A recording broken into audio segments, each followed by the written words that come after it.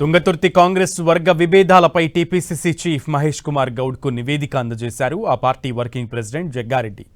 ఇటీవల హాట్ టాపిక్గా మారిన తుంగతుర్తి కాంగ్రెస్ పంచాయతీపై సమగ్ర అధ్యయనం చేసి నివేదిక ఇవ్వాలని జగ్గారెడ్డి అధ్యక్షతన కమిటీ ఏర్పాటు చేశారు పీసీసీ చీఫ్.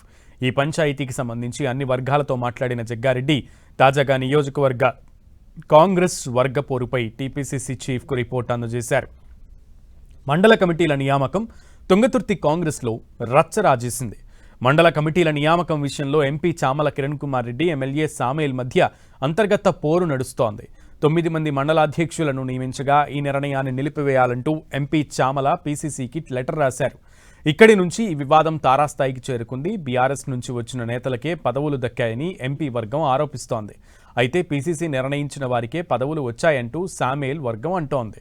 దీనిపై వివాదం ముదిరింది. ఇటీవల ఏకంగా ఇరు వర్గాలు నడి రోడ్డుపై ఘర్షణలకు దిగడం కాంగ్రెస్లో కల్లోలం రేపింది. దీనిపై పూర్తిగా అటు నివేదిక సమర్పించారు జగ్గారెడ్డి. పూర్తి సమాచారం మా ప్రతినిధి ప్రతాప్ని అడిగి తెలుసుకుందాం. ప్రతాప్.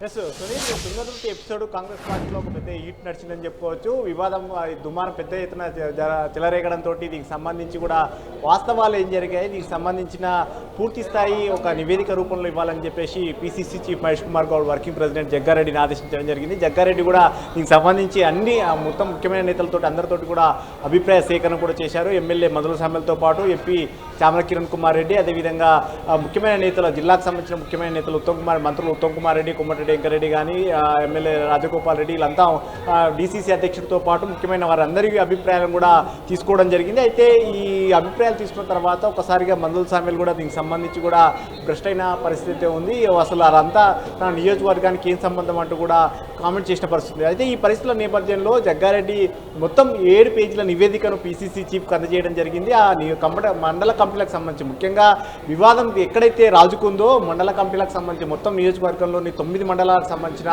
కమిటీల విషయంలో ఏవైతే ఉందో ఆ అంశానికి సంబంధించి పూర్తిగా అందరి అభిప్రాయాలు తీసుకొని ఒక నివేదిక ఇచ్చాను. దీనికి సంబంధించి పీసీసీ తీసుకునే నిర్ణయాన్ని అందరూ శిరస వహించాలని చెప్పేసి కూడా జగ్గారెడ్డి కాసేపటి క్రితం కూడా టీవీతో మాట్లాడుతూ కూడా చెప్పడం జరిగింది. సో దీనికి సంబంధించి ఆ 9 మండలాలకు సంబంధించి చూసినట్లయితే కనుక సూచయగా ప్రాథమికంగా అందుతున్న సమాచారం ఏఐసీసీ నిబంధనలకు విరుద్ధంగా ఏవైతే 3 మండలాలు ఉన్నాయో ఆ ఏఐసీసీకి నిబంధనలకు విరుద్ధంగా ఉన్న మండలాల అంశాన్ని కూడా ప్రస్తావించినట్టు కూడా తెలుస్తుంది. దీనికి సంబంధించి ఏం జరిగిందనే దానిపైన కూడా పూర్తిగా ఆ నివేదికలో పూర్తిగా క్రోడీకరించి ఇచ్చినట్టుగా కూడా తెలుస్తుంది. అయితే దీనికి వాస్తవానికి ఇక్కడ ఈ నివేదిక ఇవ్వడంలో అంటే ముఖ్యంగా ఈ నివేదికల అంశానికి సంబంధించి కూడా ఇక్కడ ఏం జరిగిన అంశాలకు సంబంధించి కూడా ఎక్కడెక్కడ ఎలాంటి లోటుపాట్లు జరిగాయి అనే దానికి అంతా కూడా అందులో ప్రస్తావించడం జరిగింది. అయితే మరోవైపు ఈ ఎపిసోడ్ సంబంధించి మందుల సామెల్ మొదటి నుంచి కూడా తను ఎమ్మెల్యేగా విచక్షణ అధికారం తనకు ఉంటుందంటూ కూడా చెప్పిన అంశానికి సంబంధించి కూడా ఏసీసీ నిబంధనల ప్రకారం పాటిస్తూనే ఒక 40% ఎమ్మెల్యేకు కూడా విచక్షణ అధికారం ఉంటుంది కాబట్టి ఆ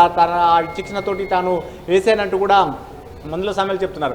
అయితే ఈ ఎపిసోడ్ సంబంధించి మార్గమాధ్యంగా ఎలాంటి వివాదానికి పరిష్కారానికి సంబంధించి ఏ విధంగా పాటిస్తే బాగుంటుందనే దానికి సంబంధించి కూడా ఆ నివేదికలో ఇచ్చినట్టుగా కూడా తెలుస్తుంది. ముఖ్యంగా ఎవరైతే మొదటి నుంచి కూడా కాంగ్రెస్ పార్టీని అంటిపెట్టుకుని ఉన్నారో వారికి సంబంధించి ఏ విధంగా న్యాయం చేయాలి, ఎవరెవరైతే ఉన్నారో వారికి సంబంధించిన విషయంలో ఎలాంటి చర్యలు తీసుకోవాలనే దానిపైన కూడా ఆ నివేదికలు ఇచ్చారని చెప్తున్నారు. ఇప్పుడు ఈ నివేదిక అన్ని అంశాలకు అన్ని సమస్యలకు పరిష్కారం చూపుతున్నట్టు కూడా జగ్గారెడ్డి ఆశాభావం వ్యక్తం చేశారు. ఈ అంశానికి సంబంధించి పీసీసీ ఎలాంటి నిర్ణయం తీసుకుంటారనేది చూడాలి. ఎందుకంటే ఈ ఎపిసోడ్కి సంబంధించిన దానిపైన కూడా మందుల సామెలు పెద్ద ఎత్తున ఫైర్ అయిన పరిస్థితి ఉంది. ఒకవైపు ఈ అభిప్రాయ సేకరణ జరుగుతున్న నేపథ్యంలో కూడా కొమ్మటిరెడ్డి రాజగోపాల్ రెడ్డికి ఏం రైట్స్ ఉన్నాయి, ఏం హక్కు ఉంది, తన నియోజకవర్గానికి సంబంధించి దళితుల నియోజకవర్గాల్లో జోక్యం చేసుకుంటే ఖబర్దార్ అంటూ కూడా ఆయన చేసిన కామెంట్స్ కూడా పెద్ద ఎత్తున దుమారం అయితే రేగినాయి కాంగ్రెస్ పార్టీలో.